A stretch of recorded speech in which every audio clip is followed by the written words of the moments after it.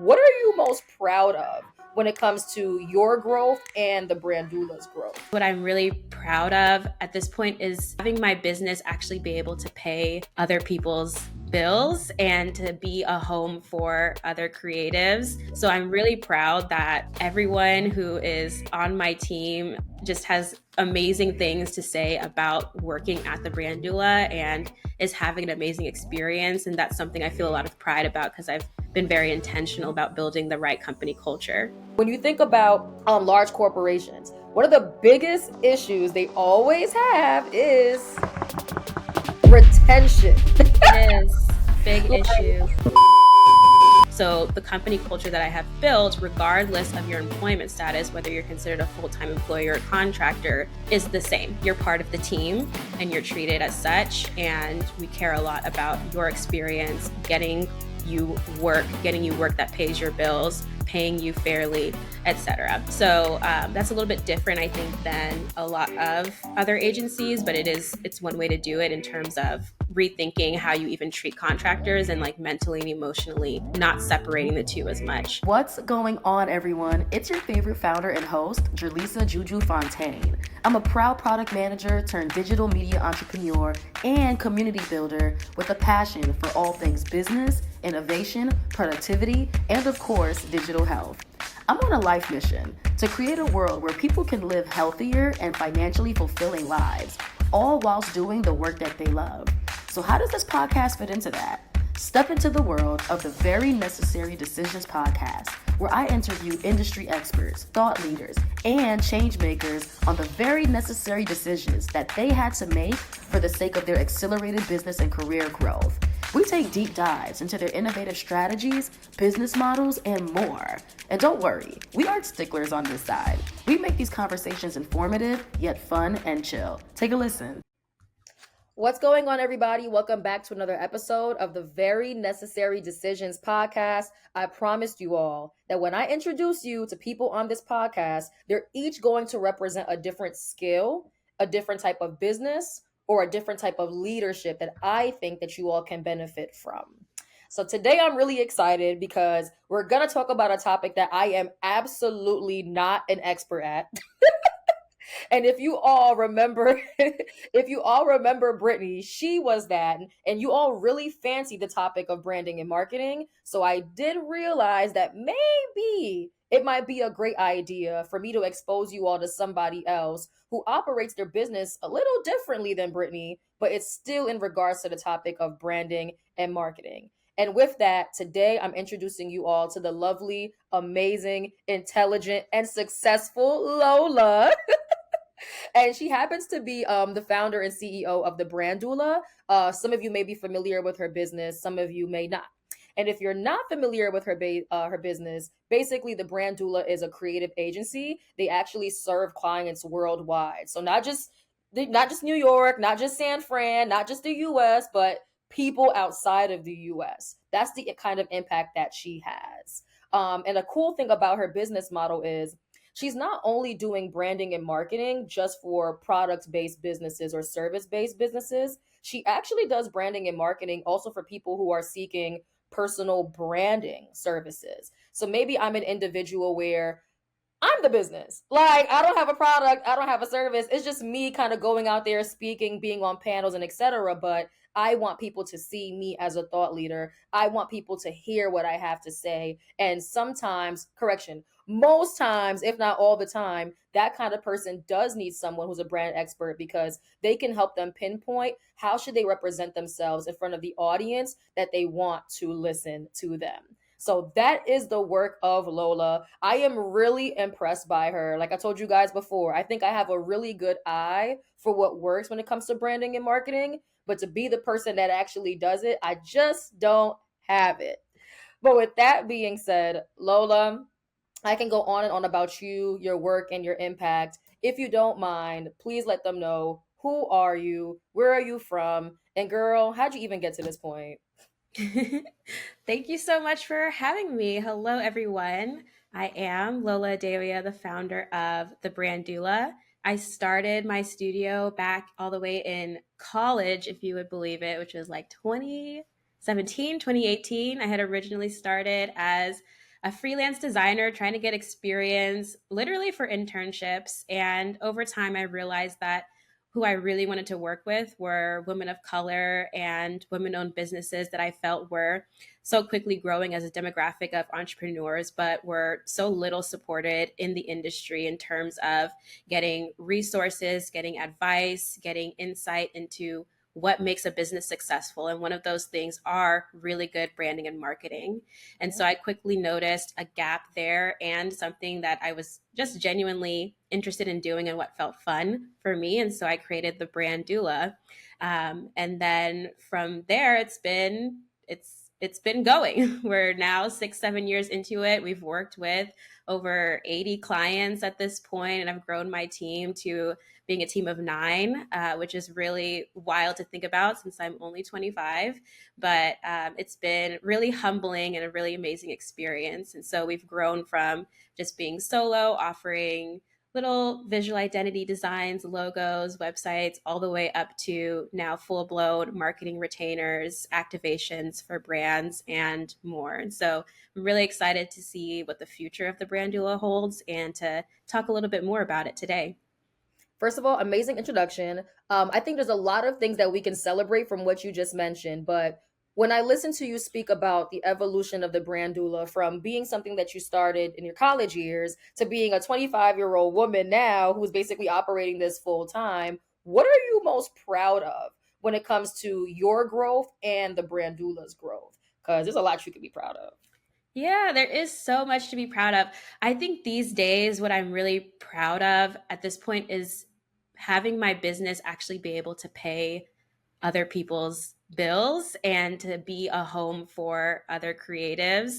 I have now shifted that to the point where I'm focusing on myself as a leader and building a business that actually other people want to work in. Having had my own experiences with full-time employment in the corporate space while trying to build my studio, I quickly learned the types of experiences I wanted to have and wanted to create, and what types of experiences I didn't when it comes to like employee satisfaction, and even at this point, contractor satisfaction.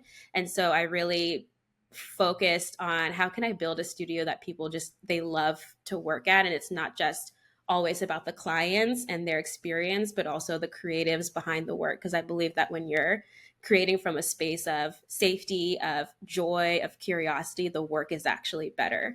So I'm really proud that everyone who is on my team just has amazing things to say about working at the brand doula and is having an amazing experience. And that's something I feel a lot of pride about because I've been very intentional about building the right company culture. I'm so proud of that. First of all, I like how in your answer, you didn't just highlight, I guess, being proud of the actual like branding work.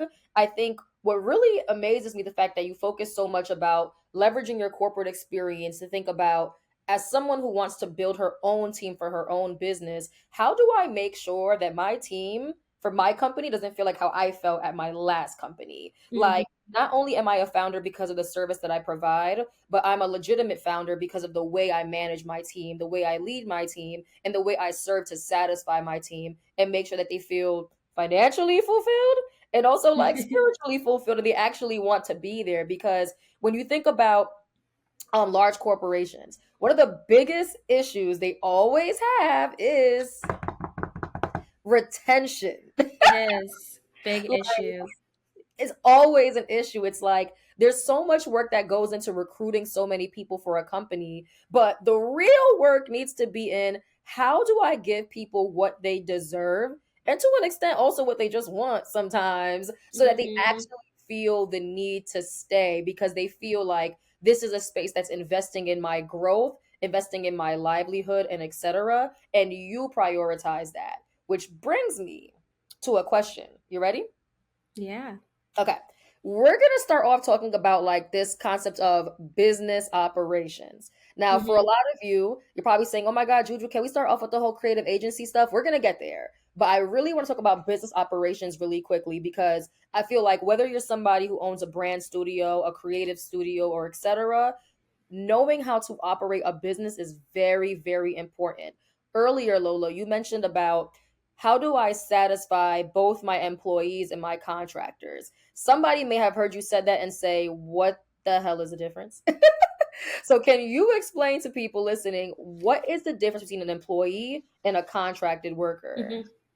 Yeah. Oh, that's a good question. So, a contractor is somebody who is you hire on to do a specific job, and they are not considered employees of your business in the sense that they aren't like you're not having to pay for their insurance, you're not paying employee taxes for them, you're not um, there's just certain requirements that you don't have because they aren't considered like full-time or even part-time employees. So typically, even for our clients, the brand doula can be hired on as a contractor technically. So we're here to do a job for the client. Let's say they hire us for brand strategy or whatever. They've contracted us to do a job. And the word like contract is in that word. And because that's the basis of our work together, it's via a contract versus like a full-time employment sort of agreement. So a contractor is usually considered more temporary or for like one-off projects, or even they can be for retainers, but it's very different than an employee who is expected to work there until they leave or they are let go for whatever reason. So typically in creative agencies, a lot of them run on contractors mostly. So some agencies might have a very small core team of full-time employees, but most of the folks doing the work are often contractors because every project might be different, has different needs. So you can stay flexible by saying, well, if we need a web developer for a very specific platform, we can just hire them on as contractors, pay them a set fee, and then we're not required to continue paying them or having projects ready for them. And so currently the brand doula, it's me and then a team of contractors. But because I realized that this is how most agencies run and most creative service providers are running on contractors, I did not feel sort of comfortable with the traditional contractor model of this kind of like use and abuse. Let me figure out how I can pay them the least amount of money with the least amount of rights toward in terms of being able to pay the bills, consistent work, etc. So the company culture that I have built, regardless of your employment status, whether you're considered a full-time employee or a contractor, is the same. You're part of the team and you're treated as such. And we care a lot about your experience getting you work that pays your bills, paying you fairly, etc. So that's a little bit different, I think, than a lot of other agencies, but it's one way to do it in terms of rethinking how you even treat contractors and like mentally and emotionally not separating the two as much. And then I love how you mentioned that because it makes me think about, okay, you recognize how typically in a different corporate agency structure, contractors and employees would be treated very differently, whether it's through financial compensation or just in terms of their involvement in the team. What did you experience in like your prior 9 to 5 or et cetera roles that made you realize I don't like that, and that's the reason why I need to do better as a founder of my own team? What was that for you? Yeah. So in my corporate experiences, I was a marketing manager in that capacity, and we worked with a lot of agencies. So I had the view of being that full-time employee who would then work with essentially contractors. And so I got to see the distinction where legally, technically, for a lot of larger corporations, you cannot give contractors the same benefits as full-time employees. So there would be things like company events and social things that were part of the cultural part of the company where you create those emotional bonds that contractors literally could not be part of because it just wasn't part of their experience and contract, so they weren't allowed to.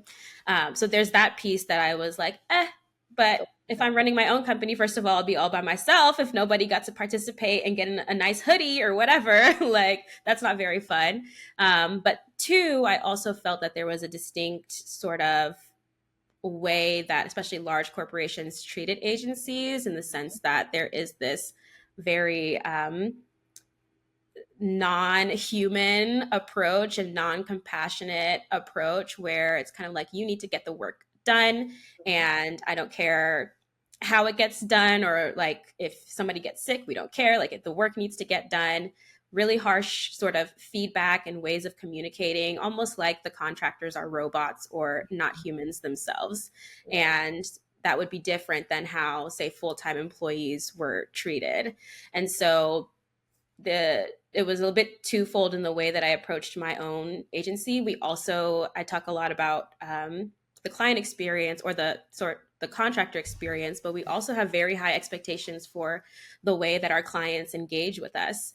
And we try to set a tone of mutual respect, to the point where we would not want to be in a situation where it's a corporation who has hired us on and is treating us kind of like second-class citizens or treating us like robots, but rather there is compassion and humanity centered in the work. And so you said earlier how you noticed how I wasn't so much focused on the like output of the work, and more so the experience and the interactions that we're having with both client and contractors or our team members. It is very important to me, because I do believe that when those things are properly set up, the work is good. The work is better for it. So you don't have to worry as much about the output of the work when you've created the right platform and context for it to happen. Honestly, that was so good. Listen, I'm not gonna lie to you. I might have to leave HuCapital and come work for you, because I look. No, but I really do appreciate that. And that was a phenomenal response. I do want to switch gears a little bit. I want to talk about this very like traumatizing era for most of us. And this word haunts most of us. This word, it's called COVID. Yeah. Now, as a young woman founder, once again, you started this as a freelancer back in college. You did your corporate stuff, and you were still working on this on the side until it became your full-time opportunity. But I want to know, how did you, as the founder of Brand Doula, this creative agency, maneuver COVID? How did you survive that? Yeah. So what's interesting, I'm not sure if you know, but Black creatives actually really thrived in COVID. It was a very, like, if you interact with most Black creatives at the time, they would say, yeah, we were booked and busy for a lot of reasons. I think alongside COVID, we had the like increased attention on police violence following the murder of George Floyd and other folks. And for whatever reason, that translated to an increased focus on uplifting like Black entrepreneurs, Black businesses, et cetera. I don't know if you like remember that moment where we were like, I don't know how police violence like translated to that, but it did. So we had 15% pledge come out, and all of these companies committing to putting Black businesses on shelves. We had all of the Black creatives getting commissioned to do artwork and to do all kinds of stuff in relation to like Black Lives Matter, et cetera. So we were booked and busy. And from my personal perspective as a brand designer, marketer, the reason why I was also booked and busy was because a lot of founders, or just people in general, were sitting at home. COVID, we're on lockdown. All of the business ideas and things that they had, they were like, you know what? Let me just go for it. This is our time to start something. So I got a lot of inquiries of brand new businesses that would either be focused just on hobbies that people were doing that they finally wanted to turn into businesses, lots of skincare businesses, lots of fashion, etc. And then we also had a lot of folks who were inside the social uplift categories that were trying to create communities focused on Black people. They were trying to just create better experiences for Black audiences. So we got a lot of inquiries of just people feeling more emboldened and encouraged to go for their ideas, both because we had nothing better to do with COVID, but also because it was the time where there was just so much focus on like kind of Black entrepreneurial success. So yeah, it was a very busy time for a lot of Black creatives, myself included. I definitely recall all of that. And I think what's also cute, but yet funny at the same time, is, to your point, right? In light of the fact that everybody was kind of stuck at home for a long period of time, some people unfortunately lost their jobs. They had free time and they had a lot of ideas. And ultimately, they also received this thing called a stimulus check. And for Yeah. those that decided to make a conscious effort to use it responsibly, which studies do show that when the government gives people actual money for something in their livelihood, they usually use it for rent or whatever the case may be. But in this case, a lot of people took that money and started investing in their ideas. So there's a world where someone like a Lola or maybe the Lola was able to get some of that stimulus money in order to help people bring life to their ideas and Mm-hmm. their vision. And I do think that there are a lot of entrepreneurs, a lot of creative entrepreneurs that were birthed out of that COVID era. And I do look forward to seeing a study on what is the lasting impact of that. Like, are those businesses still here? Are they still thriving? And if not, is it because of all of this anti DEI motion? Yeah, I mean, unfortunately, we're starting to see the the reports come out, and we're starting to see even founders speak up and say, "Hey, the cash cow that happened during COVID, the money is running out." Mhm. And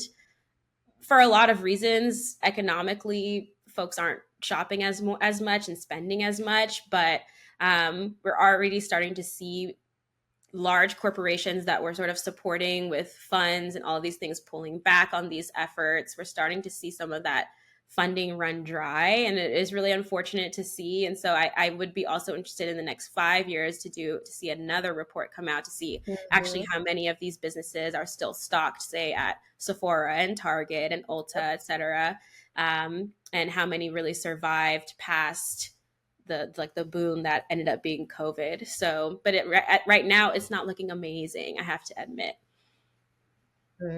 Like, honestly speaking, I always say I used to judge people who be on social media and never post. They just be watching other people and what they say. But I will say that as of like last year, that became me on Twitter or X. Mm, Like, I never post on X, but I have trained the algorithm to show me what I call like various perspectives, meaning people who are Republican versus Democrat, meaning people who are your more conservative versus like liberal, like business leaders and entrepreneurs, people who are creating product based businesses versus service based businesses. And what I'm seeing a lot of is this anti DEI motion. And it's just like, how did mm-hmm. we go from George Floyd and everybody, I'm giving money to help you in your business and generate ideas and support your growth because you all pretty much never really receive much funding, even in the world of tech. You have less than 2% of you have black people receiving less than 2% of all venture capital. And venture Yeah. capital globally is like $1 trillion industry. And that's what we get from it. So it's kind of like, okay, we were seeing a movement where we were getting a lot more than we did before. And I still won't say a lot. And now we're seeing this quick turnaround where it's like, we gave y'all something, like deal with it. And that does make us a little fearful because in order for us to improve the black economic stance, you can't just give us something, resources for a year or two and say go do something with that when other communities have been invested in for a long period of time, decades, Correct. centuries, etc., in order for them to accumulate the wealth that they have. So to your point, I do look forward to there being some kind of report, some kind of study showcasing how has our community maneuvered this pro DEI to quote unquote lack of or absence of DEI work and initiatives. So I'm glad my fellow sisters on the same type of vibe as me in terms of paying attention to that. But Yeah. before we move on to the more fun stuff, I do want to kind of be like a little like extra because people who are listening, they come to these podcast interviews for tools, for Mm-hmm. resources. So if you could give us a verbal checklist, like what tools are you using to operate your business? And like what are those tools solving for? Example, are you using QuickBooks for accounting? Are you using WordPress for CMS? What are you using to operate your business? Ah, I love talking systems platforms. We just did like a big audit this month. We're actually on hiatus as we're recording this, and we just went through everything. So the way that our business operates, a lot of it has to do with enabling collaboration because that's where our agency is at right now. Most projects have at least 1 to 2 people on them. So Slack is our main form of communication with the team. And we also recently migrated our clients to Slack. So every client has a shared Slack channel with our team. We used to give them the option of chatting on email versus Slack, but we're just finding that Slack makes it just easier for day-to-day communication. We use Notion as our kind of everything platform. So Notion has our internal database and HQ where our team can access resources, see any internal like client information, and manage product timelines. All of that stuff is there. But then we also have our client portals in Notion as well. So that's where we actually deliver any, strategy documents, visual identity files, actual social media posts for them to review. That all happens in Notion as well. So if you are anywhere like around the client management system space, you know about stuff like Dubsado and Honeybook. We did away with those and just decided to keep everything in Notion. And then in terms of things like agreements, contracts, we actually use Typeform. So Typeform takes both our inquiries. So when clients fill out an application to work with us, that's Typeform, but then also to actually book the project, sign contract, pay their invoice for a deposit, that happens in Typeform. And then for actual creative operations, we're of course on Adobe. And then we're trying to move actually to Figma for a majority of our marketing work. So before we were using Adobe XD, and then we're just feeling like Figma will allow for more collaboration. And it's a bit more of a universal platform that more people are familiar with. So we'll be doing a lot of our kind of social media graphics and day-to-day design work in Figma. And that is mostly it for accounting types of stuff. I use Novo for banking. I think they're great. What I really love about them is their reserves feature. So you can actually visually put money or save money for different categories. So I can, for any revenue that comes in, I can automatically set it to save 30% for taxes, and it puts it in a little bucket so I can visually see how much we have set aside for taxes. And then so I have a bucket for each of my contractors as they're getting as we get paid, that goes into their buckets. And so it helps me keep everything really organized. And then for bookkeeping, I use Wave. So I do my own bookkeeping, and then I send it over to an accountant for actual like quarterly taxes and then our annual taxes. And I think that's pretty much everything. Quarterly versus annual. Why do you do that? Oh, girl, I don't know. That's what my accountant told me to do. It's okay. It's okay. There's a couple of reasons as to why accountants will do that. If your accountant does that, it's usually because they want to protect you. Some people wait until the actual like annual tax season in order for their accountant to kind of go through their books and process everything. But a lot of times, accountants find significant errors in people who are self-accounting. So usually, if you have a really quality accountant and you have like a lot of transaction, a lot of money coming in and out of your business, they'll probably say to do this for one or two reasons. One, so they can assist you in making sure that your books are indeed clean.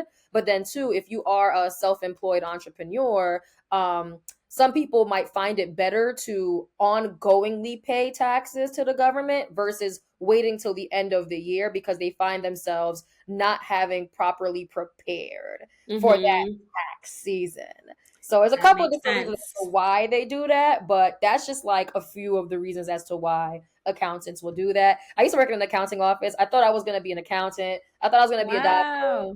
Ended up being neither one of those things, but it's okay.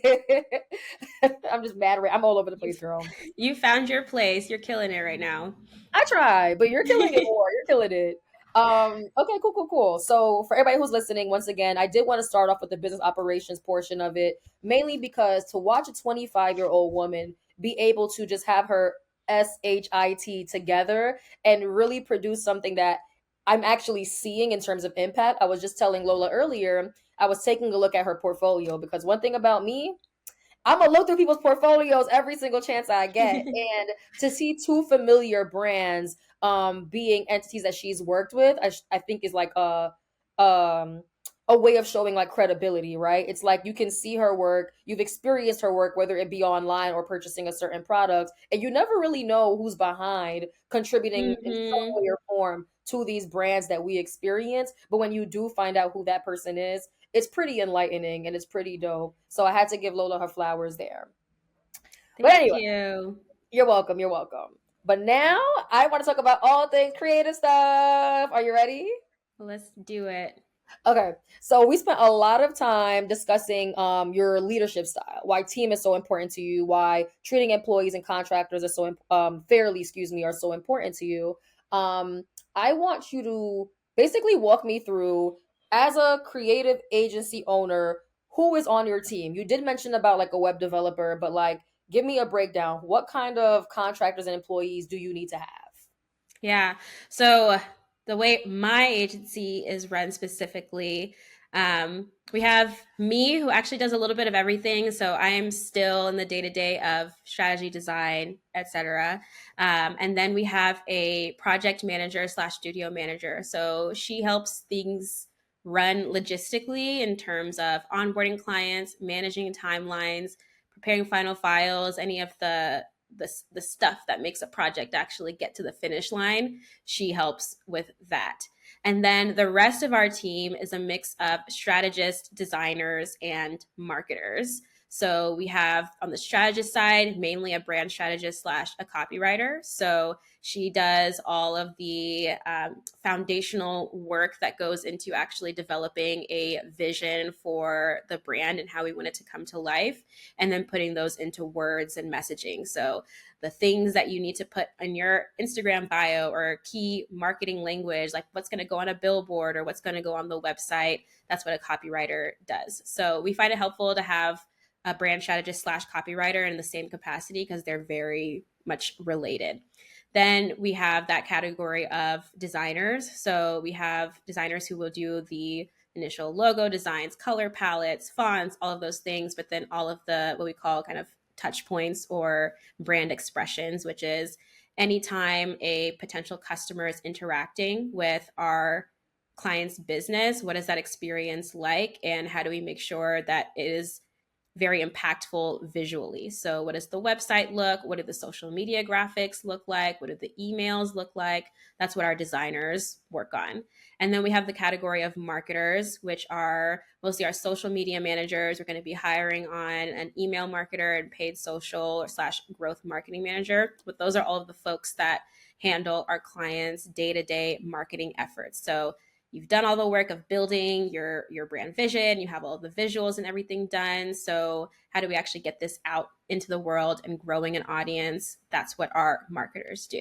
So that's pretty much how our agency currently runs and the spread of folks that are on our team. And some of the things that we're going to be looking to add on are also a new business manager. So I'm seeing enough of a need to have someone who's specifically managing all of the incoming inquiries that we have, vetting them for readiness and being able to build out proper scopes. So the types of work that we need to work on, being able to help guide our clients to the right scope.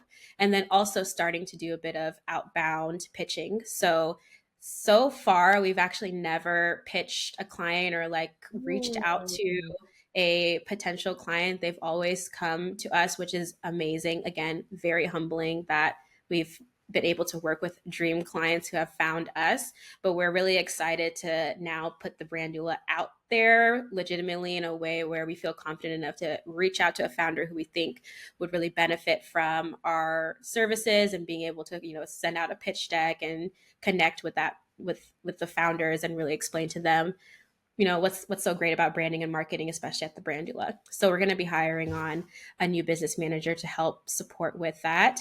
And then, me as a CEO, I'm planning on really trying to step into further that CEO role and step out of some of the day-to-day work and allowing my team of experts to really take that on so that I can focus on what really growing the business looks like. And again, setting that vision for our culture, and then also how we can further even give back to community in different ways through education, internships, etc. So now we're focused on a little bit more of impact and our social impact, especially.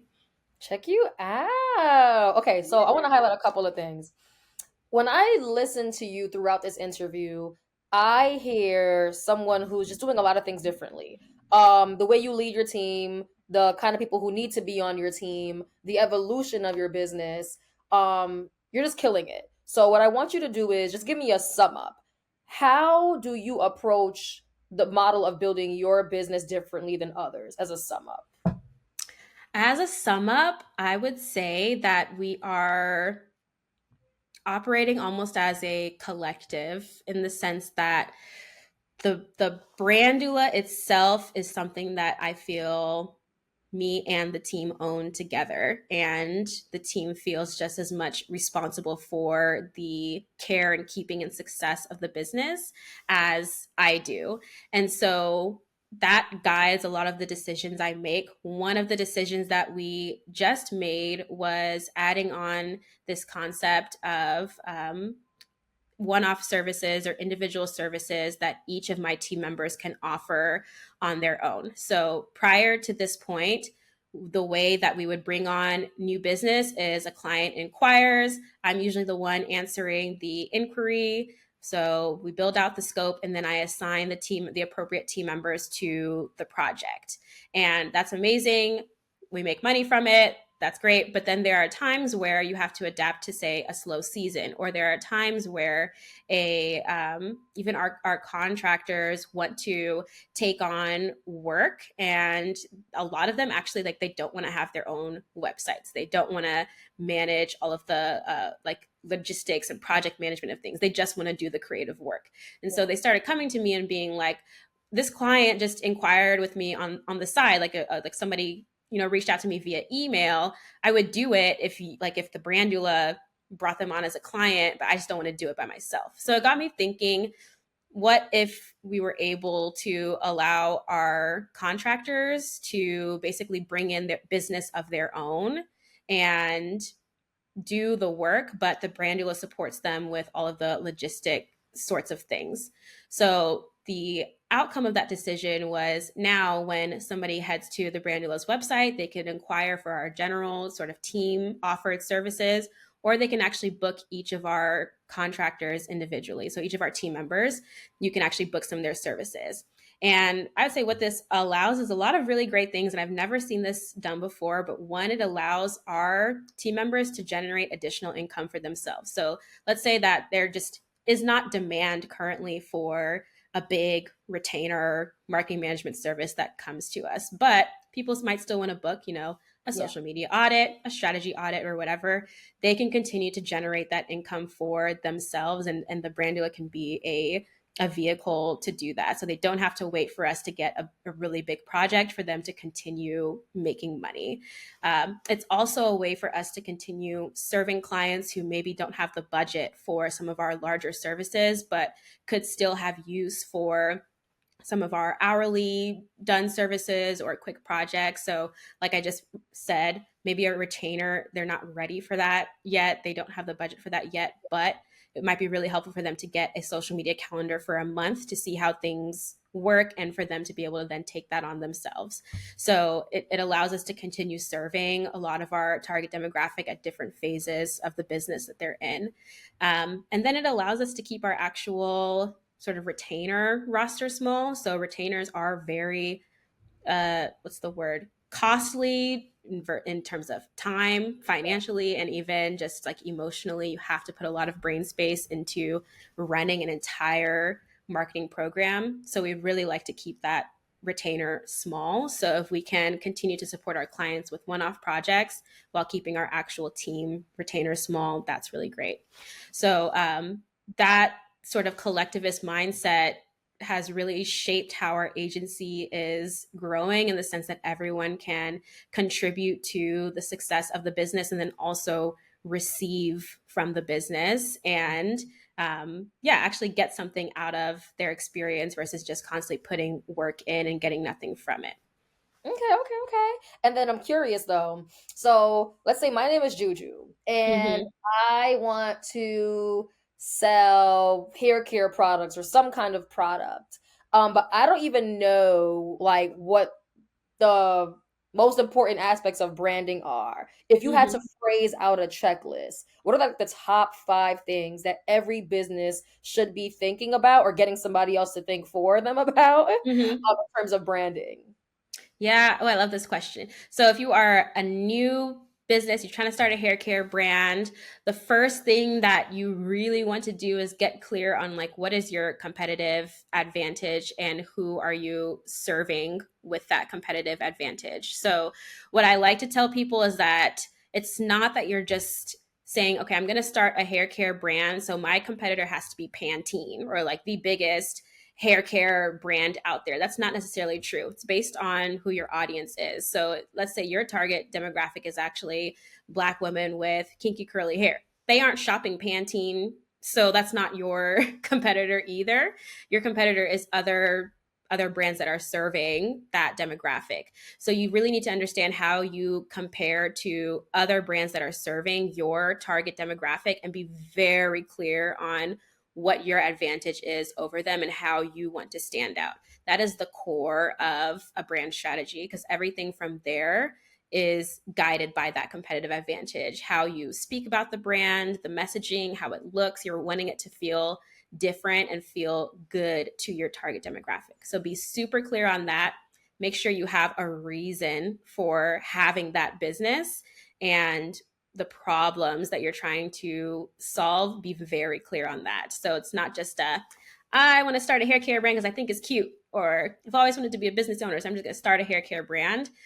That's a cute story internally, but externally to your consumer, you need a better story in terms of why they should buy your product. So that's one thing that I really, really always tell incoming clients who are asking that question. From there, it's really great to have high quality visuals. The expectations and standards for what products look like and what businesses look like have grown astronomically. So the glitter logos and the like pink and black, like constant looks for everything. I'm so sorry. I am so sorry, but they're not cutting it anymore.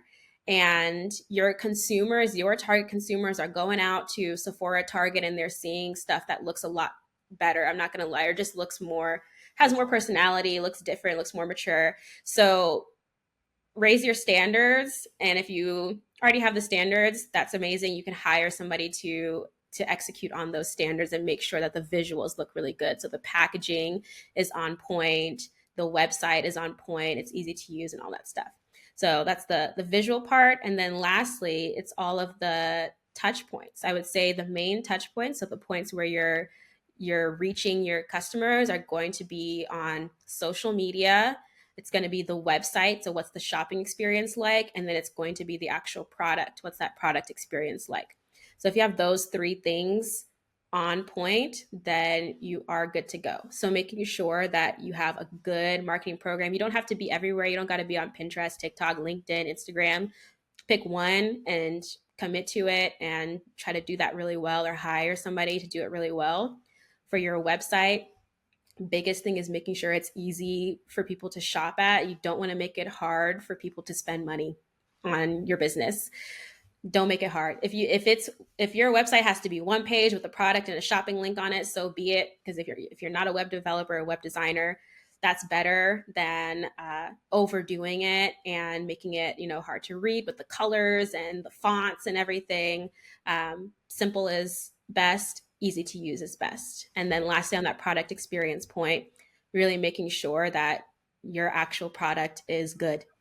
Period. Point blank. That's after all of this, if you're building up all this excitement and by the time that they get to the product, they're like, oh, I don't like this. That's how you have a hole in your funnel, your customer journey, where you lose clients and they won't come back to purchase more. So at the end of the day, making sure that your product experience it really lives up to what you have claimed it is, that will ultimately lead to retention and keeping your business afloat in terms of having repeat customers. Amazing. And before we wrap this part up and go into the lifestyle section, my little flash round, something new that I'm experimenting with is, you mentioned before that there is a difference in your approach between marketing and branding for people who are doing personal branding versus like product, service, business branding. I want to specifically talk about marketing channels because you were just talking about that. If I am positioning myself as a thought leader, what platform should I be prioritizing? Yeah, it really depends on how the brand you're trying to build, essentially. So there are different types of personal brands at this point. I mean, there's the sort of lifestyle content creator, creatives, etc., who are trying to market themselves in order to, say, get brand partnerships or brand partnerships, or they're trying to build more lifestyle connections.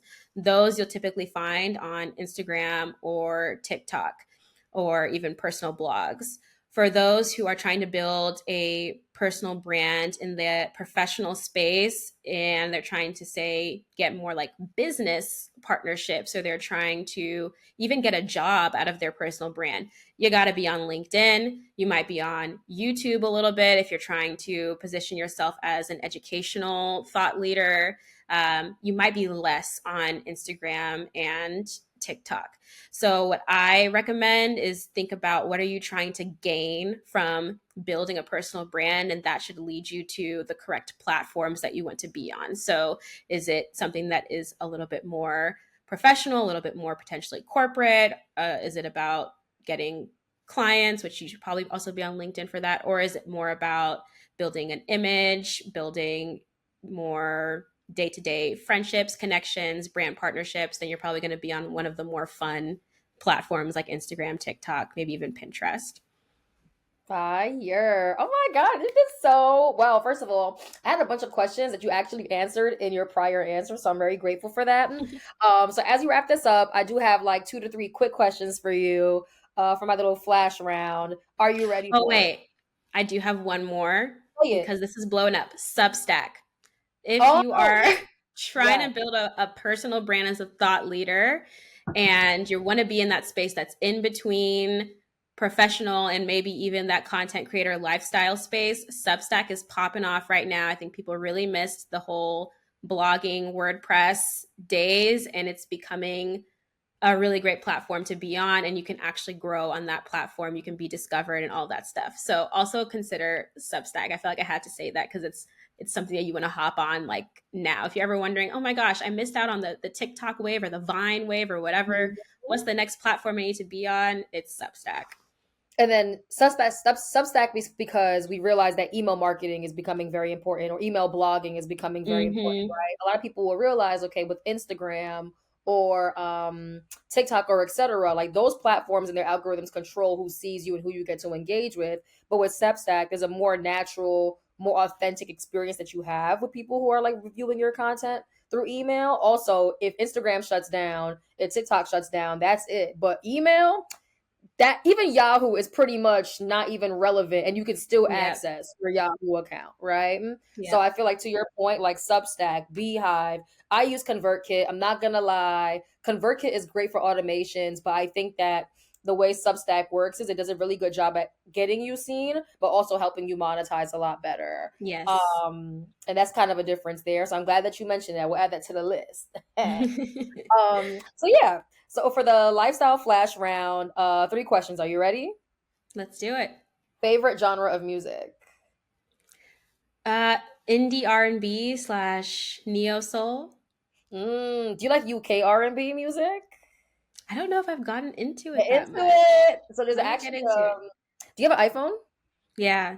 Okay, so go to, well, not right now, but when you get the chance, use your Apple Music app. There is a UK R&B playlist. Perfect. You heard it here first. Let me stop. I can't wait. So number 2, advice for people in their 20s as somebody who is so successful in their mid 20s.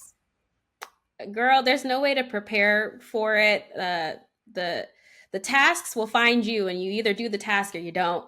That's it. There's no way to prepare for being a girl boss at 25 and like to do it correctly, or to know what to do. You make the decision to do it, and then the to-do list will form itself. It finds me regardless. So you either just do it or you don't, and live your life, move forward every day. I like that. That was so cute. Um, and then one more. We don't talk about this enough, but I think that we always think that we can only take advice from someone when they're a finance expert. But like, have you ever just picked up on a proper financial habit that has helped you and you want to share with other people? From the very jump, the first advice I got that I still follow is to immediately separate your business and personal finances. As soon as you start anything related to your business, create a separate bank account. You don't want to go through the stress of trying to separate those out or confusing yourself with those transactions. So as soon as you have the idea and you start spending on behalf of your business, create a separate bank account. Top tier. And then while we have a second, I have one more bonus question for you, a very sentimental one. Are you ready? Ooh, okay, go for it. You ready? You sure? Let me stop. Is it gonna make me cry? No, I dragged it. No, definitely not. I absolutely dragged it. The question is, what type of impact do you see yourself having in the next 5 years? I would love for myself and the brand Doula and any other offshoots of that to really be seen as, even you said this earlier, as the brains behind some of the biggest brands and businesses, especially Black owned, that are leading some major cultural shifts and weren't able to have an impact of their own because of the work that we did. So being able to be seen as the agency behind major cultural tastemakers and also community leaders and industry leaders. That was so good. I have nothing. Oh, I lied. I have a lot more, but we only have the that we had. So Yeah, with that part two. like literally no. But with that being said, Lola, I was already impressed by you before I had the chance to speak with you today. But I think that after listening to you and the advice that you gave and the strategies that drive your business and just even being familiar with some of your clients in your portfolio, I can definitely say that like having you on this podcast was a really big deal for me. And I'm sure for everybody who's listening, it was a big deal for them. Once again, everybody, this is a woman who's 25. She's operating her own team. She's making lasting impact. She's working with brands that we're familiar with, and she'll continue to work with brands that we will be growingly familiar with. And she really is somebody to keep watching. So, Lola, good luck with everything. Thank you so much for your time. And Thank once again, you. everybody, if you look in the description below, you'll see all of her social handles, her website, etc. Stay in touch with her and use her services. Yeah, reach out. No, for sure. But thank you, everyone. Bye.